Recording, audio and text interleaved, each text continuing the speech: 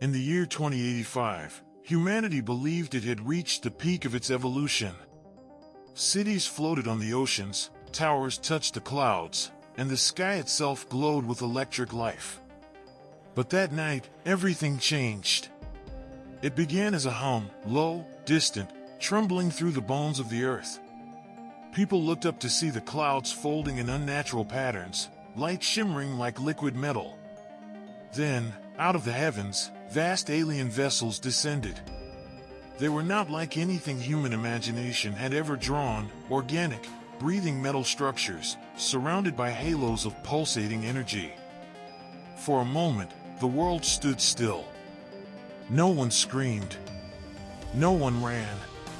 Humanity simply watched as the sky opened its doors to the unknown. Within hours, governments worldwide scrambled. The first response was fear. Fighter drones filled the skies, satellites locked targets, and soldiers surrounded the crash zones. But when the alien craft opened, no weapon fired. A blinding white mist rolled out, and from it emerged beings of impossible beauty, tall, slender forms with translucent skin that shimmered like moonlight on water. They didn't speak through mouths. Their thoughts resonated like music inside human minds. Captain Raynor, commander of Earth's global defense, stood before them. His pulse raced. His team waited for his signal. But as he stared into the alien's luminous eyes, he didn't feel hatred. He felt sorrow, like they'd come not to conquer, but to mourn. Then came chaos. Somewhere across the globe, a nervous commander misunderstood a signal.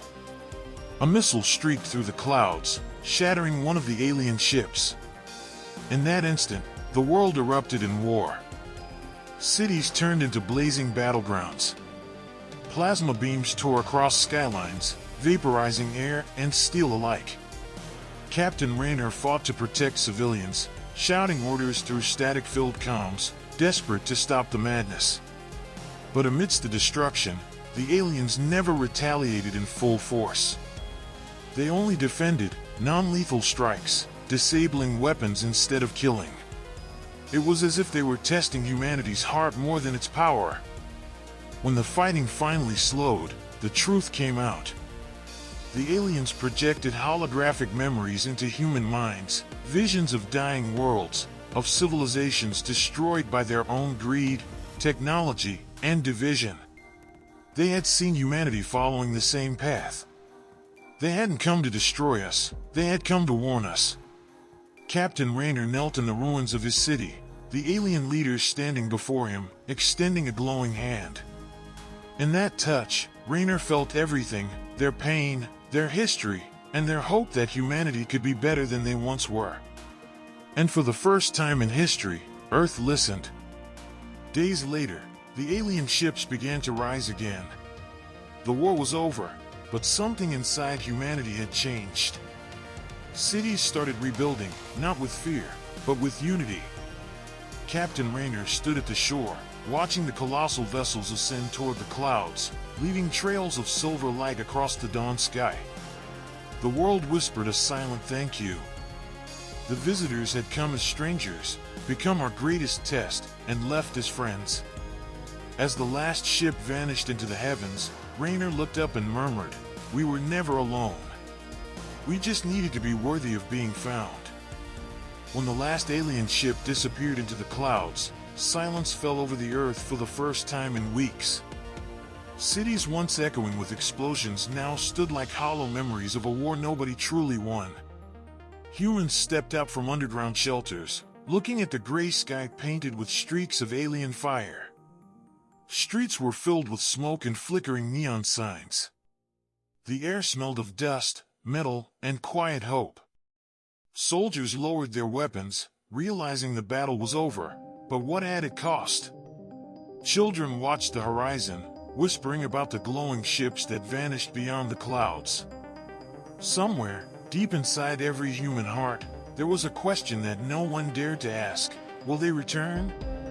3 nights after the silence began, the world's sky shimmered again, not with war, but with color. A strange symbol appeared above Earth, made of pure light, visible across continents. Scientists scrambled to decode it, while millions watched in awe. The message was not written in any human language, yet everyone somehow understood its meaning. Peace. Learn. Grow. Moments later, from the ashes of the central battlefield, a crystal orb rose slowly, glowing like a miniature sun. It contained holographic data, blueprints for clean energy, healing nanotech, and a way to repair what had been broken. Humanity realized that the visitors hadn't come only to fight, they came to teach. Months passed. Using the alien technology, humans rebuilt their world faster than ever imagined. The old smoke-covered cities transformed into vertical gardens and floating districts powered by light itself. Robots and humans worked side by side, even the air seemed cleaner. But change wasn't just in steel and circuits, it was inside people. The fear that once divided nations turned into curiosity and unity. Children studied alien symbols in schools, artists painted glowing murals of the battle that became friendship. Humanity had finally learned that survival wasn't about domination, it was about understanding. Years later, historians called 2085 the Year of Awakening. Humanity had not just survived an alien encounter, it had evolved. A new monument stood in the center of the rebuilt capital, a giant silver sculpture of two hands, one human, one alien, reaching toward each other.